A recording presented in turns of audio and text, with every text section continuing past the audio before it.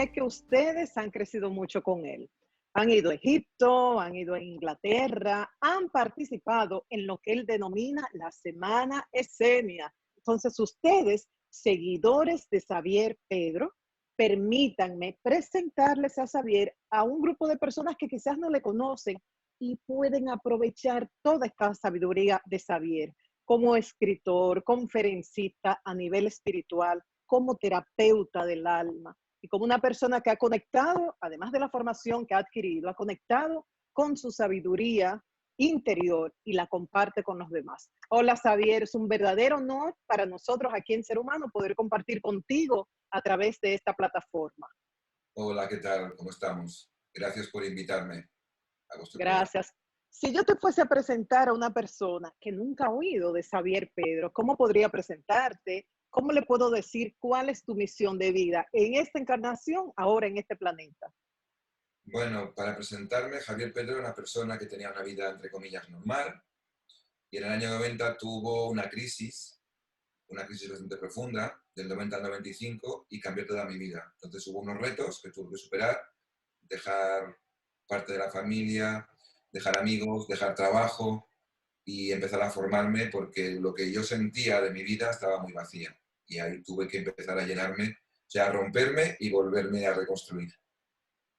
Fue muy doloroso ese proceso porque hablas de corte con el sistema familiar, corte con las Todo el amistades. proceso es doloroso y además indica sufrimiento, ¿no? Pero el dolor y el sufrimiento, si se llevan trabajándolo, se van superando. Pero sí, fue doloroso y fue fuerte. Fue fuerte. Y hoy día, en este año 2020, ¿cómo te sientes? Bueno, me siento haciendo mi misión de vida y me siento muy responsable de que mucha gente está acercándose porque como ha pasado todo lo que ha pasado, pues la gente se está preguntando, ¿no?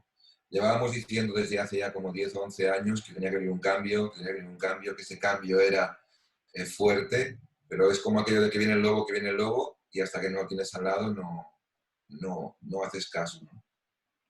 ¿Y tu misión de vida cuál es? Pues mi misión de vida sería explicar a la gente que se acerca a mi proceso que no tengan miedo, porque el miedo es lo que rompe la evolución y el miedo es el contrario del amor, ¿no? Entonces, a partir de ahí, que crean en sí mismos, que son mucho más de lo que creen, que salgan de las creencias, que salgan de los dogmas establecidos, que se atrevan a ser ellos y a partir de ahí, evidentemente no es fácil, cayéndose y levantándose se irán formando. Yo en este caso ahora estoy intentando ser espejo en lo que puedo y también aprender de los que son espejo mío. ¿Cómo enfocas todo esto del COVID-19, tanto a nivel de la crisis sanitaria que ha planteado como del impacto económico? Bueno, se estaba diciendo ya sobre el 2003-2004, y tengo conferencias que lo digo, que tiene que haber una revolución entre lo que es la educación, la economía, la política, la religión, la sanación, porque todo estaba dedicado a la materia, o sea, al exceso, a la opulencia, ¿no? Había esa polaridad entre carencia y opulencia, y eso no podía continuar siendo. En la educación se han dado pasos y hay escuelas que están educando a los niños a ser ellos, no a educarlos para la sociedad, sino para ser ellos, pero tenemos que hacer un repaso a todo lo que es política, economía, religión, etcétera, etcétera. Cuando realizas estos viajes a Egipto, creo que al sur de Francia, a Inglaterra, ¿qué buscan ustedes en estos lugares? Mira, todos los viajes son viajes iniciáticos, pero no iniciáticos porque Todos. se hagan grandes rituales, no, porque yo intento que las personas se encuentren a sí mismas con la frecuencia del lugar. Son lugares de poder. Un lugar de poder quiere decir que está ahí permanentemente. Le pongas encima una sinagoga, una iglesia, lo que quieras, por debajo está la frecuencia pura, la esencia. Y yo intento conectar desde la esencia, sacando todo lo que está por encima, a la persona. Y la persona hace su propio viaje. Por eso, cuando vamos a Egipto, que es un patrón muy marcado en todo lo que son las pirámides y los templos, o Stonehenge o Glastonbury, la gente se conecta con su corazón. Claro, cuando dejamos un poco la mente y entramos en el corazón, empezamos a reconocer cosas que no veíamos antes. Ese es el objetivo de todos los viajes. ¿Y es posible hacer eso a nivel virtual en esta A nivel coyuntura? virtual, lo que se hace es que la gente sea consciente de que hay lugares de poder que a lo mejor le pueden ofrecer mucho más antes de ir para prepararse, ¿de acuerdo? Por ejemplo, hay gente que me dice, no sabía que en Glastonbury había tantas cosas.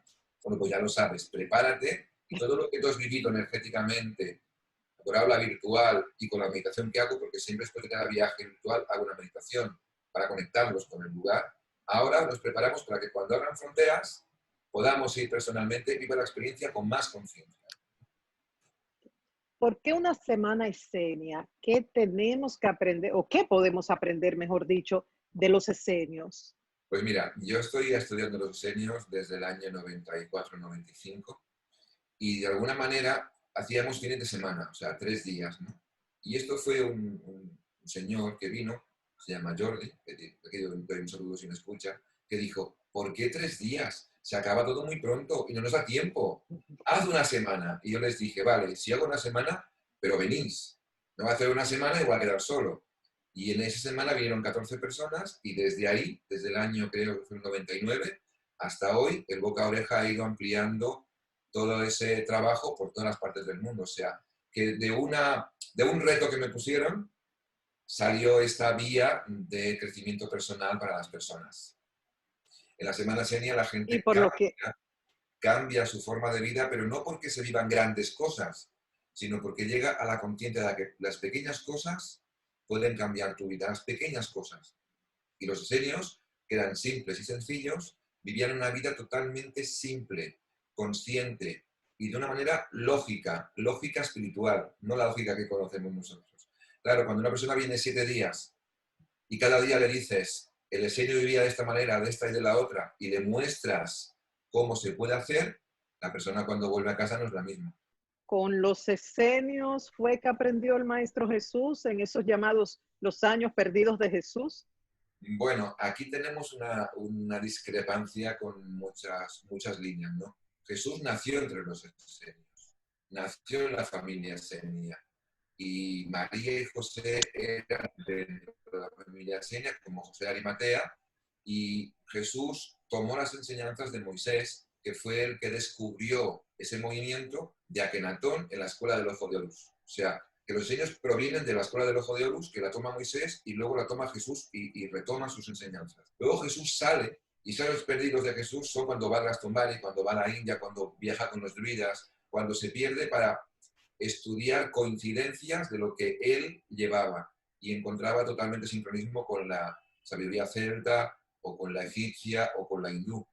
Por eso mucha gente cree que estuvo con los esenios. No, era esenio Jesús. Okay. Y María Magdalena, ¿qué representa? Has dedicado muchas horas también a María Magdalena. ¿Qué representa? Bueno, María Magdalena en la historia pasa como la seguidora de Jesús, pero representa mucho más. Ella cuando se encuentra con Jesús acaba de perder a sus padres, era una persona acaudalada, tenía un palacio, Palacio de Magdala, y cuando ve a Jesús cae rendido a sus pies, él no la reconoce al principio, pero después hay un encuentro de almas ahí totalmente muy fuerte, ¿no? Ella cede el Palacio de Magdala para la Santa Alianza, que es el movimiento de Jesús, y a partir de ahí luego se encuentran, son pareja y tienen descendencia, evidentemente. La buena noticia, como decía en principio, es que ahora a nivel virtual puedes aprovechar una serie de conferencias y de actividades que está organizando Xavier Pedro. Por ejemplo, ahora en las próximas semanas, quizás algunas de estas actividades han pasado, pero él vuelve y las presenta, pues tenemos oportunidad de aprender sobre los cristales de cuarzo o aprender sobre la gran hermandad blanca, sobre Buda, sobre la Madre Kuan Yin, sobre la Madre María. Entonces, cuando regresemos, vamos a hablar con Xavier, a ver, si estás iniciando el camino espiritual, ¿cuál es el ABC? Esos primeros pasos que debemos dar todos. Y si ya tienes un tiempo en el trayecto, ¿cómo profundizar en ese proceso del despertar de conciencia? Cuando regresemos.